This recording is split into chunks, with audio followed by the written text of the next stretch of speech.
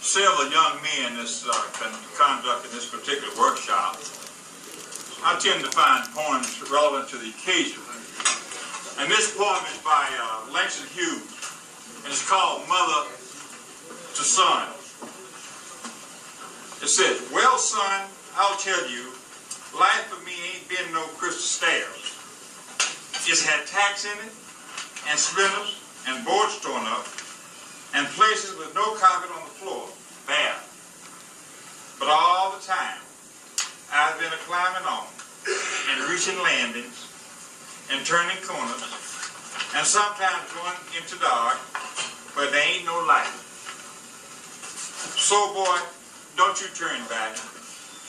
Don't you sit down on the steps, because you find it kind of hard. Don't you fall now, for I'm still going, honey. I'm still climbing, and life for me ain't no crystal stairs.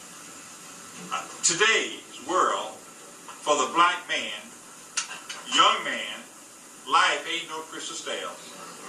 They're catching the devil. And thank God we got young men still working, and maybe they will be the role models.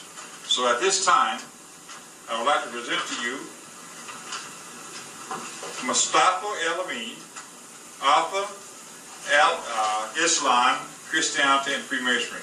Author, Freemasonry, Egypt, and Islamic Destiny.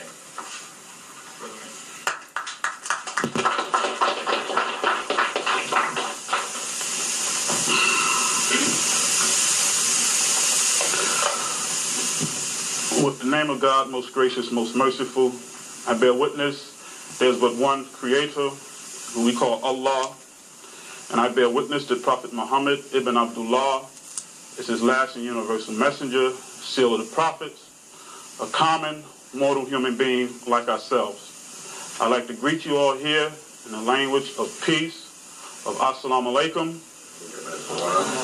I'd like to thank Grand Master Woods here of Arkansas, Brother Walks, President of the Philaxis Society. I'd like to thank you for extending to me an invitation to participate once again in your session. I'd like to thank Brother Uzzle also for participating along with myself in this particular workshop. I'd like to greet all of the brothers here and thank you for being in attendance. Thank Imam Johnny Hassan from the Islamic community here in Arkansas. I'd just like to make a statement in respect, and that is that, as you know, some of you, I'm not a Mason. I've never been a Mason. In all respect, and I don't have a desire, a tendency to become a Mason. And that's not in a negative sense. I just want things to be clear about myself because I don't want to present myself as something that I'm not. And that I am not. I don't call myself a Mason. I'd like to move on by saying that in light of the current events that are developing in the world today concerning the Islamic religion and this book called the Satanic Verses, which many Muslims are offended by, and Christian, Jews, and Muslims should be offended by certain statements that are made about Prophet Abraham in this particular book. But Muslims are particularly offended because there is some mockery making of the Prophet Muhammad, who is a mortal human being, but one whom we respect, we emulate, and we see as the last prophet from God. So in light of these recent developments and some of the mockery of the religion, and as you see the outcry by Muslims, I just think it would be very appropriate to caution and just mention as a brother to those of the Shrine House to be mindful, particularly of some of these statements in the prank section which may be offensive, which are in fact offensive to the Muslims. I think this is a good time to mention that, and the statements I'm referring particularly to, as I mentioned before about 2 years ago, respectfully, is the statement wherein it says, who but Muhammad mingled his religion with his whoreries, his women, and said, this is indeed, these are the sources of happiness. Now that's not correct in that Prophet Muhammad is not the author of the religion. And furthermore, he did not mingle his religion with any women. See, it appears as mockery and is definitely offensive. And if it was made known publicly, there could be some repercussions which none of us need at this time, particularly as African-American people. The other situation is concerning the association of kissing the black stone there in Mecca. the Muslims, as they travel to Mecca, and they either salute or kiss the stone if they can, as a respect, not to the stone, but the association of kissing that with somebody's hind parts is definitely an offensive situation to Muslims, and I just want to bring that to your attention at this point in light of what is going on now. We definitely would not appreciate anything like that, and I know the broader Muslim community doesn't appreciate anything like that. I know there's a section in your ritual, shrine ritual, for pranks and for other serious things, and we're just asking that the prank, that Islam does not, if you will not associate those type of pranks with the Islamic religion. We very seriously and humbly ask you that. And we're all men here. We're all men. We can talk to one another straight, right? There's a place for seriousness and there's a place for joke. And that, the religion is serious. It may be a joke to some other people, but we can just ask you now, whether you omit it or not is entirely up to you. But in light of what's going on today, I thought it would be very, very good to mention that. And now I'd like to move on. Our holy book is the Holy Quran, again, and we believe it's a pure and perfect book, the last revelation.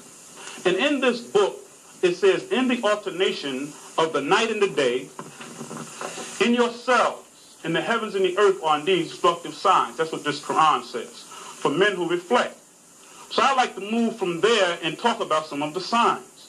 And as you see, my book, Freemasonry, Ancient Egypt, and the Islamic Destiny, it represents a movement, a growth of man. It represents a progressive movement of man from his beginning stage, the Adam man, the innocent man who was not aware of his environment. So he was subjected, and he was a victim and naive and easy to be tricked by the serpent because he was a youthful person. He was the beginning stage.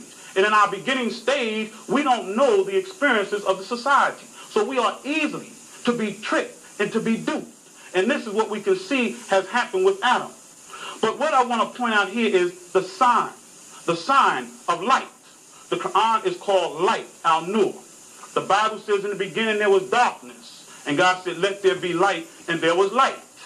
So now, what do we see? God put three great lights in the heaven.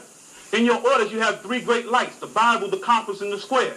The three great lights in heaven, which are real lights, that impact our bodies, that impact our emotions, that impact the world. The sun there in the heavens, it strikes the earth, its rays strikes the earth, causing it to spin, creating tranquillical force or gravity. And it pulls on the earth, it pulls on us, it affects our complexion. You plant the seed in the ground, and it pulls it up, it draws it up. The sun draws and pulls, it gives life to the dead. So one sign of this sun is freedom and responsibility.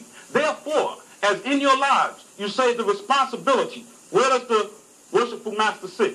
In the east. Why in the east? Because as the sun rises in the east to govern and rule the heavens, so does the worshipful master sit in the east to rule and set the craft at work, etc., etc., etc. So when you make this association with the sun, this should let us men of intelligence, men of enlightenment, know that our responsibility is to teach the people, is to have an influence on the people, to have an effect on the people, to raise the dead as that plant seed is raised. The sun gives us what? Vitamin and protein. It strikes the plants, and the plants do a process of photosynthesis. It transfers that. It transforms that into energy. So the responsibility of enlightened people, of men who have walked in the light, is to share and to propagate the knowledge and have an impact on the world. Let us keep going.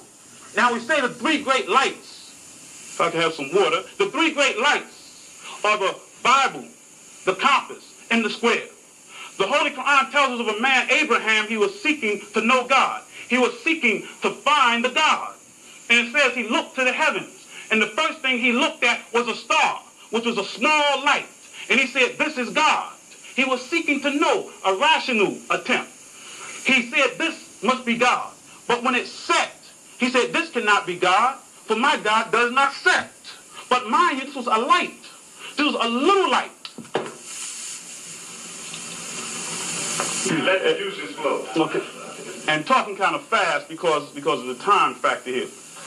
But as I was saying concerning the light, Abraham looked at the light, which was a small light. He was seeking to know, there in the heavens, in darkness. He wanted to grow. He wanted to see and find his God. But when it said, he said, this is not God.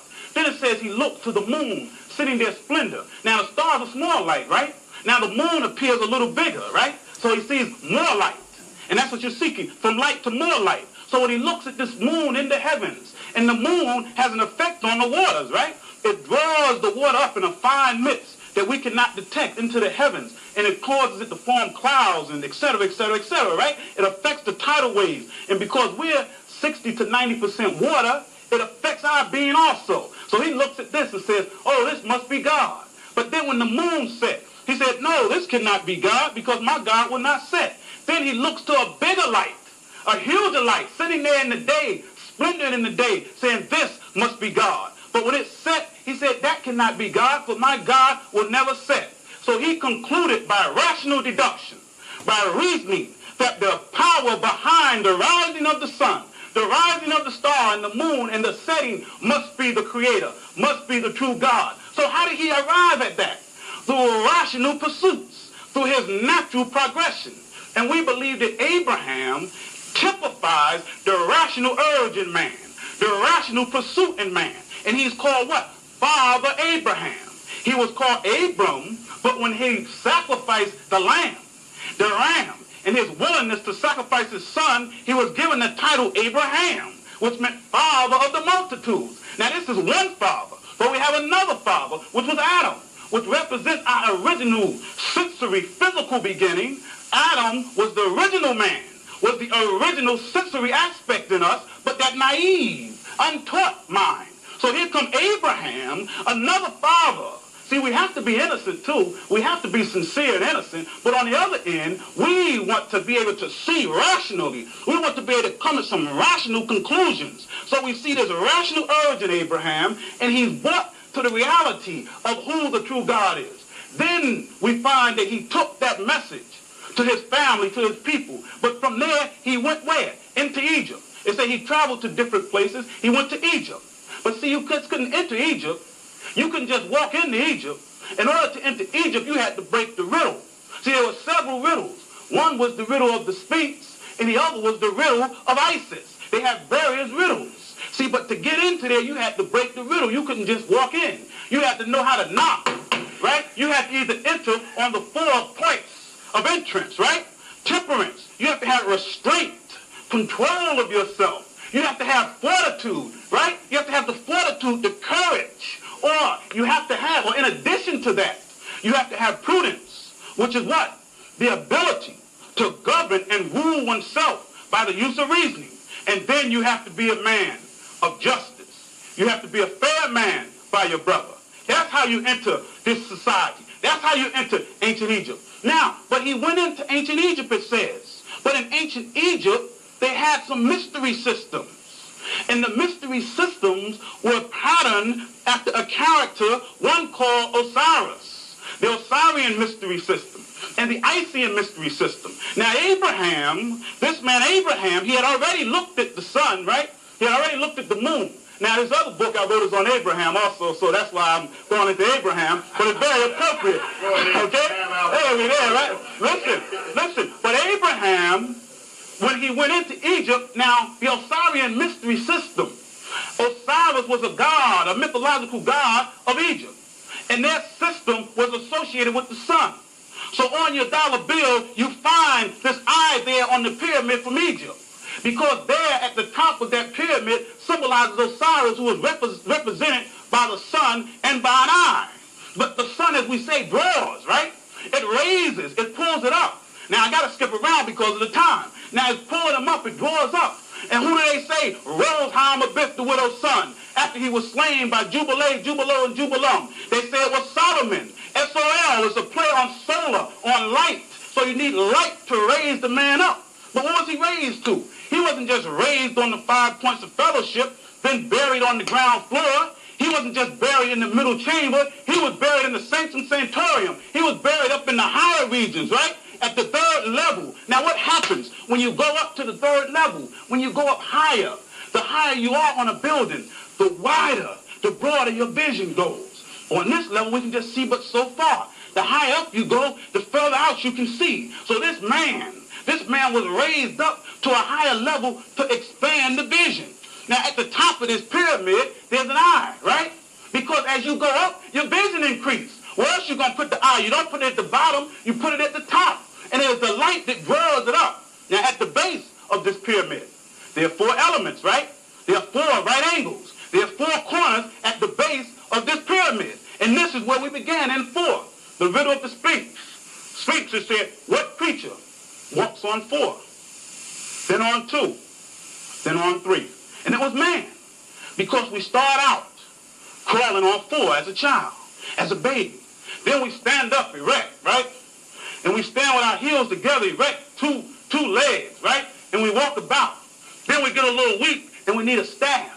We need a cane to walk with. That's the 3rd leg, right? So we got 4, we got 2, and we got 3, right? In the Holy Quran, in the Muslim book, it says he has made angels with wings, 2, 3, and 4. And our salats, our prayers consist of 4 rakats, 2 rakats, and 3 rakats. Now in masonry, you know the 3 is very important. The master mason, right? The inner apprentice, the fellow craft, etc., etc. Jubilee, jubilo, and jubilum, right? These are very, very important aspects. So now on this pyramid, which is the American dollar bill, here we see at the base of this pyramid, we see these angles coming up. You see? But these 4 represented fire, water, air, earth. These were the 4 major elements in the universe. And they was associated with the tetragrammaton, Yad-He-Rahi, Jehovah, which is broken down into 4, the tetra, and the human being. The human being in his nature, he has 4. He's a rational man, which is associated with the fire, that wisdom, it breaks things down to its primary stage. So you can see its original origin. He's a man of moral nature, that's the water. He's moral, he has moral disposition, that is the water. Then the material aspect, which is his material acquisition, his material body, and air, which is his spiritual nature. Excuse me. Why my hand is shaking.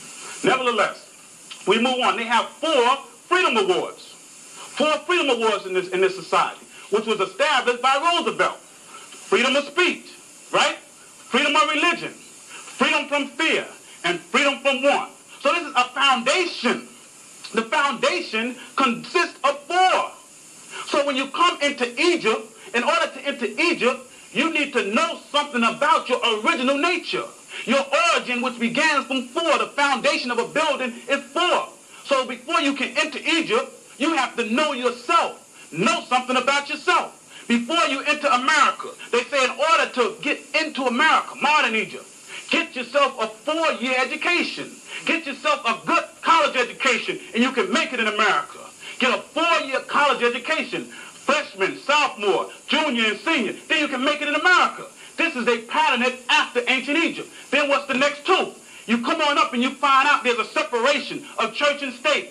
You find out that there's the government, and you find out there's the church. This is the 2. This is the 2 that you come into. The 2 eyes, right? The 2 ears, right? And I got to tie it in. They say at Solomon's temple that they had 2 columns, right? One on the right, one on the left. One called Boaz, the other called Jashin. And they say combined together, it represented a promise that God made to David that he would establish his kingdom in strength.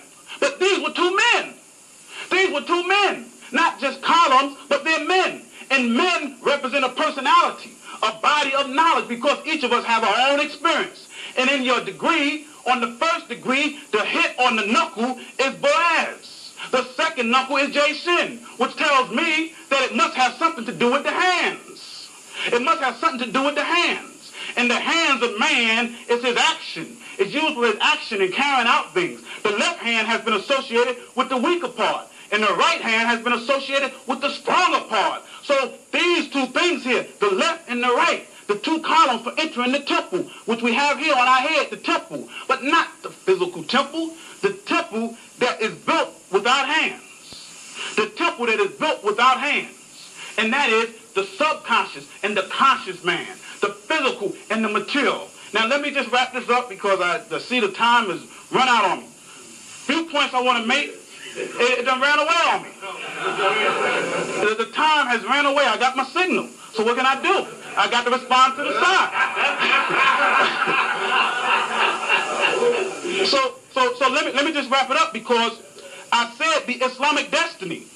Man is on a course. He's on a progressive movement from his beginning stages. And you say, which way are you traveling? From west to east in search of light. And you're traveling, you shriners, across the burning sands to worship at the shrine of Islam. What is sands? Sand is matter that has been so granulated, so broken down, that it has lost its cohesiveness. It has lost its adhesiveness, its ability to stick together. So sand represents not only the hot sands, represents the struggle, represents the opposition, but it represents instability.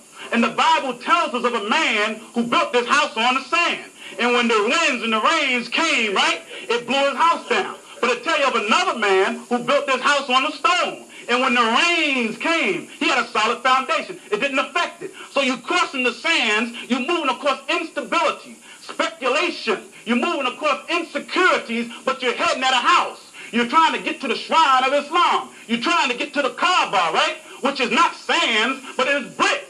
It is a structure, a square structure. So you're trying to get it from instability to stability. So the struggle for man is from roughness, from that rough, crude stone to that perfect ashlar, right? Then on up to the trestle board. So our movement is from simplicity to sophistication. Our movement is from ignorance into the light. It is from foolishness and frolic into great virtuous principles. So along this course, you want to worship at the shrine of Islam. But they say, did you walk or did you ride?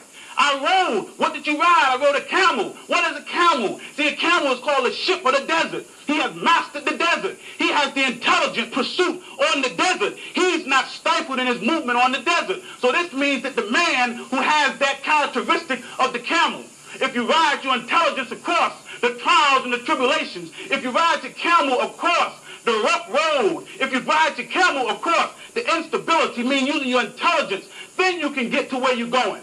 But in Islam, it's not the intelligence doing Hajj, because you have to tie that camel. It's that you tie the camel, then you walk the rest of the way. You don't bring necessarily your intelligence before God, because God has established certain provisions. I may think you should sacrifice a pig, but he may say sacrifice a lamb. It's just as Moses came to the mountain with his shoes on. And God said, take off your shoes. You're on holy ground. Don't come here with the knowledge of Shu. In Egypt, there was a god called Shu. And he represented the heavenly earth, the heavens and the earth. He was asked between the earth and the heavens, the air god. So he said, don't come to me with no mythology from Egypt. Take off Shu. And I want you to stand on holy ground. And what's that you got in your hand there, Moses? Cast down that rod. And he cast it down, it turned to a serpent, right? This is the knowledge that he had gotten from Egypt, but he didn't know what he was walking with. And I suggest to you, brothers, in my conclusion, that as we walk and think we have support from people, and think we can lean on them as a staff, be careful, because it may not be support. It may be a serpent, and God has to teach you about a serpent. And the proof of it is that the American society have proven beyond a shadow of a doubt, many of the white supremacists, that they have taken on the role of jubilee, jubilo, and jubilum. England, France, and America, they ripped out our hearts. They ripped out our emotional connection for one another. They ripped out our language. They cut our throat, right? They stripped our language. They stripped our ability to articulate with one another. But what else is there? Is where the air comes. They tried to disconnect our spiritual connection with life. They said we had no soul. And they hit us in the head like they did Howard Biff, right? Stripped us of our culture, stripped us of our knowledge, and buried us in a shallow grave where we couldn't be pulled up, where we couldn't move for ourselves.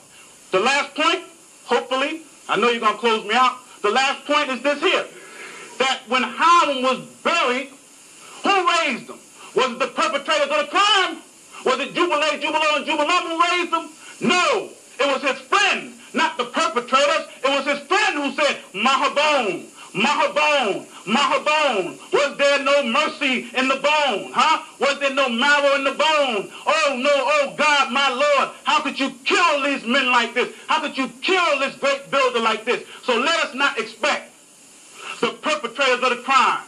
Let us not expect those who have put their foots on our neck, those who have lied to us and lied on us, those who have told us we cannot read, we should not write, we should be subjected to their system, subjected to their cruel form of slavery. Let us not expect these people who told us, don't read, I'll pluck your eyes out. And then when they allow us to read, they selected for us what we should read and what we should not read, what books are good for us and what books are not good for us. Let us not expect these people to raise us from a dead level to a living perpendicular to the square. They have never met us on the level. Never on the level. The level represents equality. Tell me one case where these people have truly met us on the level and upon the square. They've never met us on the level and upon the square. They've never given us the plumb line of right thinking, have they? They've never done this. They've never given us the mallet of understanding to chip away at the stones. Now I'm here as your brother. I'm here because you have invited me, and I appreciate that. And we're trying to forge some unity and some dialogue. But I say to you, brothers, I ask you, whenever that old snake of divide and conquer pops his head up and tries to tell us which one of our leaders is good, which one of our leaders is bad, when that old white supremacist pops up his deceitful head and use that old strategy of divide and conquer, we should recognize it, we should kill it, and we should cast it like they did the Keystone, not in the rubbish, but into the universal graveyard, and set up guards out there, right? In the form of self-respect, in the form of dignity. So if it try to raise up out the grave, we kill it again and again. And we should never let these people divide and conquer us. They will pretend to be our friends. They'll pretend to be in our ranks. But they will tell you that another leader is not good for you. They are not the ones to come into our house and tell us what man is good for us or not. They have not the capacity. They have not that experience. They have not the same genetic experience that we have experienced to tell us what leader is good for us and what leader is not good for us. What they have that God, they have that superiority, that God has given them some parental right over the African American people to make them think that they can tell you who is good for you, what leader is bad, what leader is good for you. No, they are wrong. They have not that. They have not that. And we as men, we as intelligent men, we as upright men, freedom fighters, and free men, Freemasons, free to build yourself, free to build your character. We should recognize that, and we should isolate it, for there's not a Caucasian on this earth that can love you better than I can, and that you can love me better than he can. There's not one on this earth. I don't care whether he's sitting here or whether he's out there. There's not a man on this earth, a Caucasian, that can truly do that, no matter how sincere he is. And not that we should disrespect them, but when they step out of line, we should put our foot on them and don't give a damn. Peace be unto you. Assalamu alaikum.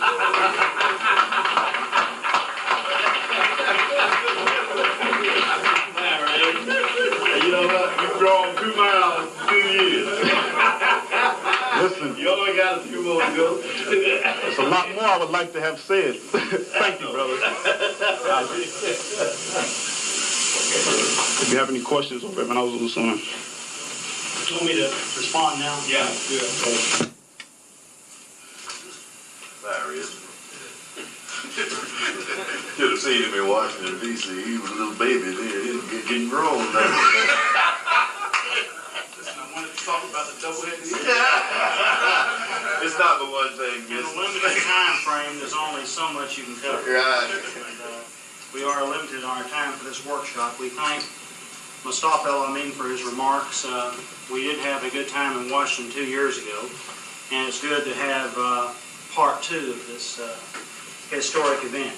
We have since had a chance to review his book, Freemasonry, Ancient Egypt, and the Islamic Destiny, and we appreciate his dedication of his acknowledgments of the contributions made by the members of the Philaxis Society. During the past 2 years, I have, well, not just actually during the past 2 years, but for the last several years, due to the research I've done and the articles I've written, I have gained somewhat of a reputation as an authority on Islam, and often have been asked the question by people in various places, would you ever consider becoming a Muslim? And my reply to them has always been no. I'm very much committed to my belief as a Christian since having become a Christian over 20 years ago. And I'm also very committed to the cause of Prince Hall Freemasonry. I have said before, and I'll say it again, that there's no organization historically that was and is more committed to the cause of African American liberation than the Prince Hall Masonic Fraternity. And under no circumstances would I ever consider dropping my membership in the Prince Hall Masonic Fraternity. I am a Prince Hall Mason now. I will be a Prince Hall Mason when I die. And I hope every Prince Hall Mason in this room says the same thing. No one, absolutely no one on the face of the earth has the right to demand, recommend, or even suggest that a Prince Hall Mason drop out of Masonry. And if a person joins a particular religion and a Prince Hall Mason decides to change his faith, that's his prerogative. But the new religious leader that he goes to, it is none of his business to try to tell him you can no longer be a Mason. And he's violating all bounds of authority when he does so. Everyone has a right to their belief. Everyone has a right to express their belief however they will. There's been a lot of controversy, of course, concerning this book, The Satanic Verses. I haven't read it thus far.